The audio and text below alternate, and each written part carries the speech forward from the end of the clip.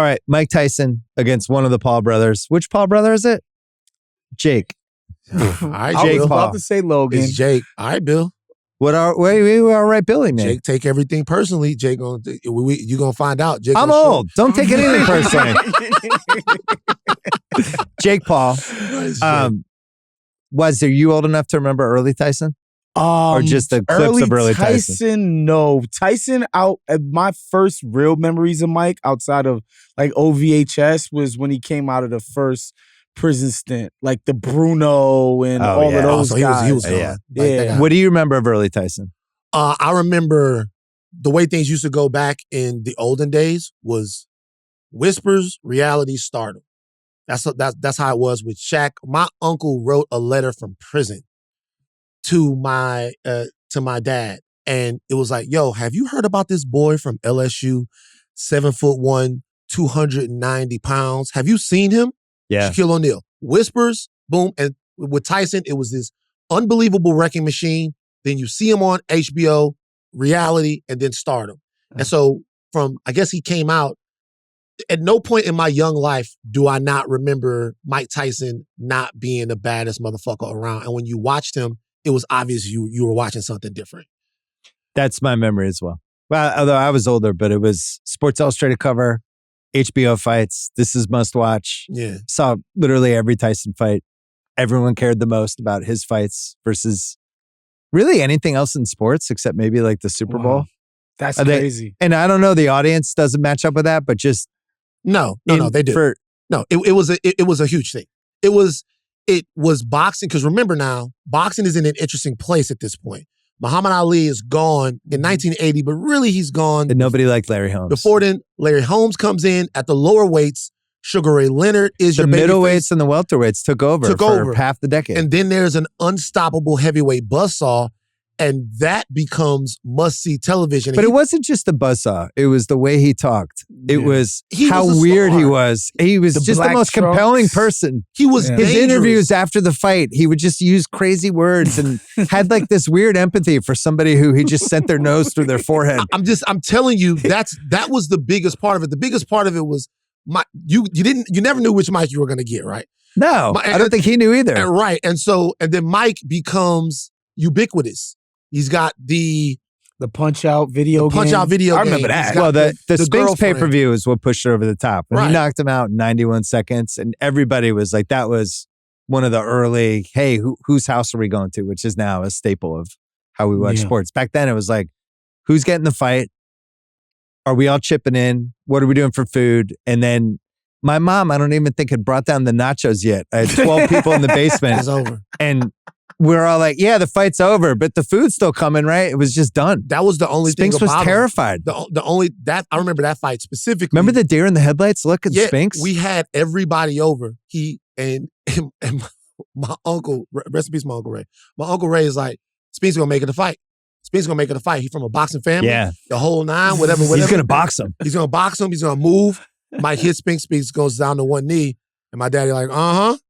And then hit him with the second, the punch that ended it was one of the single hardest punches in the history of boxing. And he's gone. It's over. He's moving forward like it's like in Roadhouse just to like clear him out. And we didn't have very much else to do. Right. Like we all had to just sit around and talk about how raw Mike Tyson was. The thing with Mike was he was involved in 4, I remember where I was when I watched it, sporting events, which is like, I think he might have the record for me. Because it was that Spinks fight. Mm-hmm. It was getting knocked out by Douglas, which is still Holyfield the ear. Both Holyfield fights. The first fight was incredible. That we had that at my house. We had that party. Still thought he was going to beat Holyfield. The Mike that's in my and then mind, the ear was also insane. Is like when he came out of prison and he had that like sort of exhibition tour where he fought the big doofy white dude. Peter McNeely. Yeah, Bruno in the UK. Big Massachusetts moment. Peter McNeely. And like, it was like this warm up to like the real big fights against Holyfield and Lennox Lewis. And like, I would say even back then the aura still existed and everybody around me assumed he was going to kill these guys. Yeah. Like everybody thought, no, it's Mike. Like he had the fluke. He went to prison. He's back. He's down with the Muslims. Holyfield like, was a cruiserweight who had moved up to heavyweight. He'd lost to Moore. By that time, it was more mythology, though. Yeah. We had, and they knew it because they were picking opponents very strategically for Mike. Mike beat Bruce Seldon for a championship. Maybe he beat Bruno for a championship. They actually paid like $4 million of step-aside money to Lennox Lewis at one point so they didn't have to fight him. Mm-hmm. So at that point, it was a little bit more... it was smoke and mirrors. It was more mythology. The fights were awesome, though. Even the Galata fight. At the Mike that we knew was gone even before the Buster Douglas. The way he would move side to side and the combos, like that guy Cuss and died in jail. Atlas and all of those other guys like leaving. But he still had it. You know what was another amazing thing about his arc was living it in real time, watching somebody like fly too close to the sun. And as even the mistakes aren't even done yet, and you just kind of knew her. Like once he started dating Robin Givens, it was like, this isn't going to go well for anybody. Something that was always resonated with people about Mike was the real fight of Mike Tyson's life was never going to be in the ring. No. Because when you started learning about where he came from and what he went through, you always were wondering. It still feels like Mike Tyson won because he won the biggest championship he could have won. You were waiting for Mike Tyson has experienced intense tragedy in his life. You were waiting for the moment that it was over. And he ended up like in a really bad, life-altering, life-changing situation. And he went through some of those. But him fighting was a happy ending to a degree whenever you saw him in the boxing ring. Because everybody sold you on just how much he had gone through. You mentioned certain things, Mike flies into a rage. You mentioned other things, Mike breaks down and cries. And so, of all the things that he's been through, and they are not woke, they are things that he's been through. They are not. He's a case study because there's an extension of grace that Mike is afforded even after the sexual assault charges and convictions that like people just have decided collectively that we're going to extend Mike some level of grace. And I think it is some of that vulnerability that you're mentioning right now. Because like there's other people who would have gone through what he's gone through and would have been completely written off by every single segment of society except some of the worst elements. But like Mike has managed to fight his way through that and be embraced. This is weird territory that we're treading into, but I'll say it like this. Oh, boy. He is brutally human. Yeah. He's brutally human. Like, you watch him and you're like, this is supposed to be the strongest guy in the world, right? He knocks people out. He bowls people over their heads. But there's an interview with him and a guy from Canada where Mike's out there to do his play, and the guy brings up Mike's old case, and he cannot control himself. Yeah. And you get the feeling of, man, I've been through that. I put that behind me. I'm trying to move on and be better. And you're throwing this back in my face. This guy is mentioning something that Mike was convicted of. He is not wrong in saying this is something from your past, but you still look at him like he's an asshole. You're like, yo, man, why are you bringing that up? Yeah. Like, you know what I'm saying? You still look at him like that because there's something compelling about the amount of truth that Mike Tyson has failed into. And it'll always be that way. He's one of the last ones that we're just like. Yeah, I wonder if anybody else could ever have the type of redemption arc. And, some people might say it's undeserved. Some people might say, like, maybe human beings deserve to make mistakes and live past it. But yeah, I'm fascinated by that element of it where, like, everybody understands that, like, Mike has lived a traumatic life. Mike has mental health issues. Mike has done some really fucked up things, but yet Mike is, still somebody people root for. I think it's amazing, honestly. There's one more thing that might factor into it, is that I don't think people think this consciously. He's been punished. So he hasn't gotten away with anything per se. There's a lot of things that he probably got away with. Well, right? But he even said that. He said, I didn't do this, but there's some other stuff, so we're probably even. Right. So he went to jail. He lost a child. He lost all of his money. Yeah. He lost his mentor. He lost his best friend. Life has taken a lot from him. Now, he's gotten a lot, right? And he's been able to come back from all of that. But you've seen part of it is and I'm trying to pick my words very delicately because the thing that Mike Tyson went to jail for is something that we have to root out of our community, our society, and we have to make sure that we're serious about talking about stuff like that. But there's a part of it to where it feels like he's got a chunk out of his ass taken out of it because of it. It feels like he's gone through some really terrible, immensely gut-wrenching, horrible things. Yeah. And look, if no one ever wants to watch or look at Mike Tyson, I get it. I get why you would feel that way. But like even my mother, who is... People love Mike, man. Yeah, even my mother is just like, she still likes to see Mike Tyson doing You know well. what I think it is? Jalen and I interviewed him once when I was at Grantland. We did a pod with him. And it was like a thrill. It was like really, it was so cool to just shoot the shit with him. And I might have even said this to him on the pod, but I always felt like he was one of the most self-aware athletes that I ever followed. He was somebody that you would have thought was a complete disaster, and he was, but he was also completely painfully aware of all his faults, all his mistakes, all the issues he had, and could talk about it, which I can't even think of anybody. Iverson, I think, has a little bit of that too. I think it's kind of the same thing. There's an self-introspection that was always unusual about him, even as it was like, I'm talking Robin Givens era all the way through. He always kind of knew. I remember writing a column about it once about he kind of became the Tony Montana say hello to the bad guy character because he kind of knew that was how society saw him. Yeah. He was like, say hello to me. I'm the bad guy. It's like one. And that was who he became. These people think that I'm an animal, but so I'm going to act like one. So I'm going to do it, and I'm going to sell this fight, and I'm going to intimidate this dude, and I'm going to, talk about. I'm going to fuck you till you love crazy shit. That one run. I want to eat your kids. But his crazy run was the craziest. No, his Mike's crazy run is the craziest run we've seen by any athlete. By any athlete, the only person that comes close to it was Kanye a couple years ago. Yeah, but like maybe Charlie Sheen too. These are iconic crazy runs. So in my column, I created the Tyson zone, which was when somebody acts so consistently crazy that you'll just believe any story. Mm-hmm. And Charlie Sheen entered that. Yes. Kanye definitely. Yeah. Oh my God. There's certain people where you're like, I'll believe any story now. Mike's crazy run, and then there was like. Not just crazy, but it was like odd, funny, like my back is broken spinal. Right. Yeah.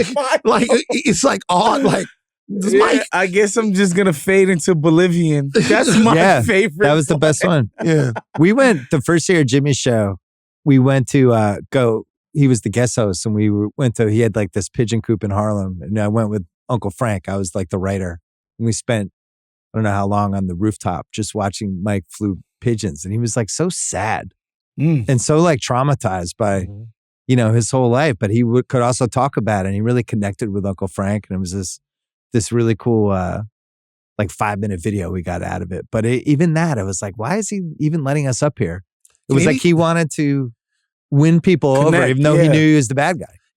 For everybody out listening right now, I want you guys to, this is going to be hilarious when you think about this. Think about how jumpy Bill was on the roof of the pigeon. I loved it. It was amazing. It was such a cool experience. Bill was like, Pookie, nice to meet you. Like, no, the thing is, it was only him and like one other guy. Like he didn't have the entourage anymore. Like all these boxers, gone, you hit that point. He hit that in the Douglas fight. He had 2 people in his corner. You think he wins tomorrow? Bill doesn't think so. What do you think? I'm going to look at the odds while you talk about this. I don't know what to think. He's 58 years old, which is just like, Waz was asking, could he just like die if he got punched in the heart? Like how? I think he's going to be okay. I think he's going to be okay in terms of physically. I just find it hard to believe he's going to hit this guy enough times to win. So from a boxing standpoint, people like to hate on Jake. They do. I've seen Jake in the gym, like in the gym. He's not bad. Out at Phil's boxing. He's certainly not bad in terms of the guys that he fights. This isn't Screech from Saved by the Bell. Fuck no. This is a guy that actually has a right hand, like a real right hand. Like he can detonate you with a right hand, right? And he's a big, strong, athletic guy who's got a fair amount of ring experience now, right? Yeah. So he's not somebody to be fucked over and play with. Any version of Mike Tyson pre-age 50 would work Jake Paul.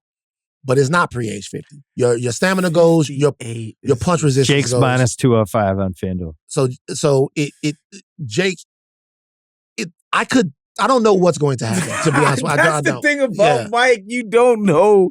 But that's what's people have been asking me, happen. like, do you think people are going to watch this fight or people are going to care? And I'm like, absolutely people are 1,000. First of all, it's on Netflix, which is the single most important channel we have now. Yeah. It's a Friday night. People are going to get together. Somebody's going to get it. It's super easy to queue up Netflix at whoever's house or whatever bar. People are going to care. I actually think people are going to care way more than I think people realize. Yeah. I'm watching it. Like, I thought it wasn't going to happen. I thought after it got canceled the first time that they would never come back to it. The only thing that makes me think that you could see a Tyson victory is that Mike seems genuinely motivated. Yeah. Yeah.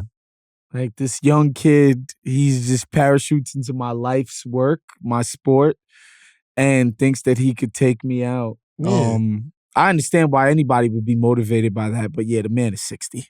I just can't. The man is 60. I can't believe, like, I was watching Mike Tyson fight in the mid 80s, followed by some like erotic thriller on HBO. And it was like the greatest night. Greatest night. That's like, oh my God. Emmanuel Mike Queen Tyson of the Desert. The heart was pumping. Yeah. Oh, the hitchhiker's on.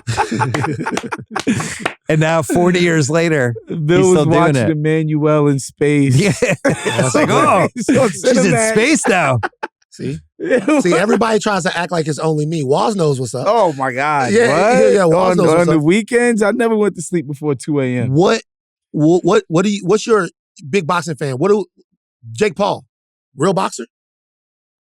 I think he's an elite celebrity boxer. Yes, he's real enough. He's the greatest celebrity boxer of all time. To me, it speaks to more the evolution of celebrity boxing, which was in the 90s and 2000s, where we would put like Screech against Rorschach, I don't think and he'd we were ready be to in go. the top 100 of actual people in his weight class in terms of, especially not in the world or even in America for that sense. But like, to be that famous and to fight that credibly, I think is an actual. It's impressive. Can I tell you guys a quick story from the gym with Jake?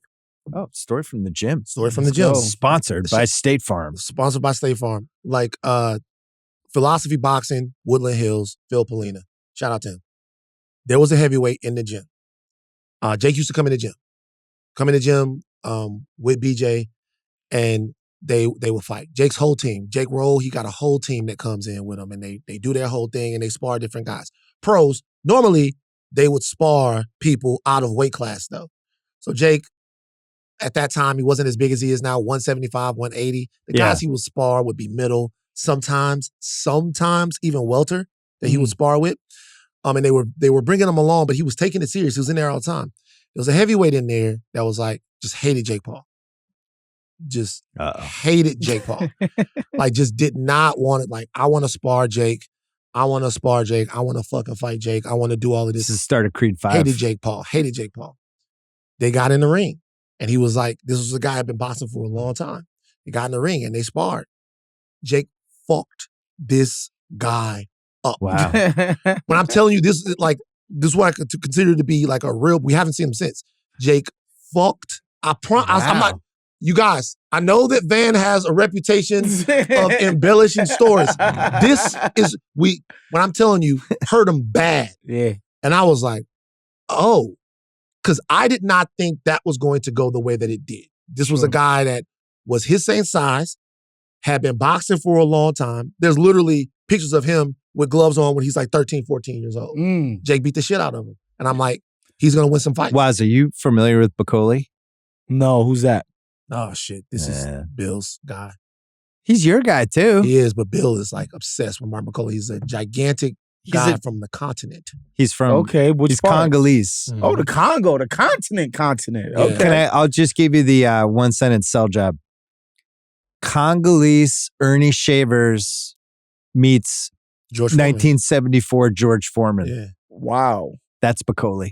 So is this like more credible than the Deontay Wilder early clips? Oh, yes. No. Yeah, There's nothing like this guy. No, Deontay Wilder is, I don't want to take anything Nobody from Wilder. wants to fight this guy. Like, he can't, Yeah, he literally cannot make get a fight. fights. Yeah, I don't want to take anything from Wilder. Wilder is a bronze medalist in the Olympics who became heavyweight champion with one of the most devastating right hands of all time. But like Martin Bakoli is there's a big young heavyweight, Jared Anderson. Yeah. Great young fighter. Just got demolished. The Saudis threw him a ton of money. They're like, will you fight Bakoli? He's like, no. And they're like, here's a lot of money. And it's like, all right. And he got absolutely, like his career has been altered. It was one of those, you ever seen, it's not quite this It was like level. the Frazier Foreman. I was just about to say. That's what the fight I was going to bring him up. Like Frazier Foreman to where Ball Frazier just keeps falling over. Halfway into the fight, you're like, ooh. Like halfway into the first round, you're like, ah. And Jared Anderson, just give him credit. That, like one of these guys. He was landing shots. That's what he was doing the whole fight. But it's not just that. Like, Bakoli is skilled. Yeah, no, but it's ultimately when somebody can just, and you just see the other guy moving backwards and it's like he's getting hit by a tornado. And then it became, and so now, after that, he can't get a fight. Nobody. He's my number one. I just want to see him fight. I would watch him fight every 2 months. They just made Jump a fight. on the bandwagon, was. They just made a fight with him, but it wasn't with it's in December. Yeah, it's one of those he's guys. Gonna kill somebody. Yeah. He's going to kill somebody. All right. Mike Tyson. So we're all watching. Yep. Kyle, you watching? Yeah. All right.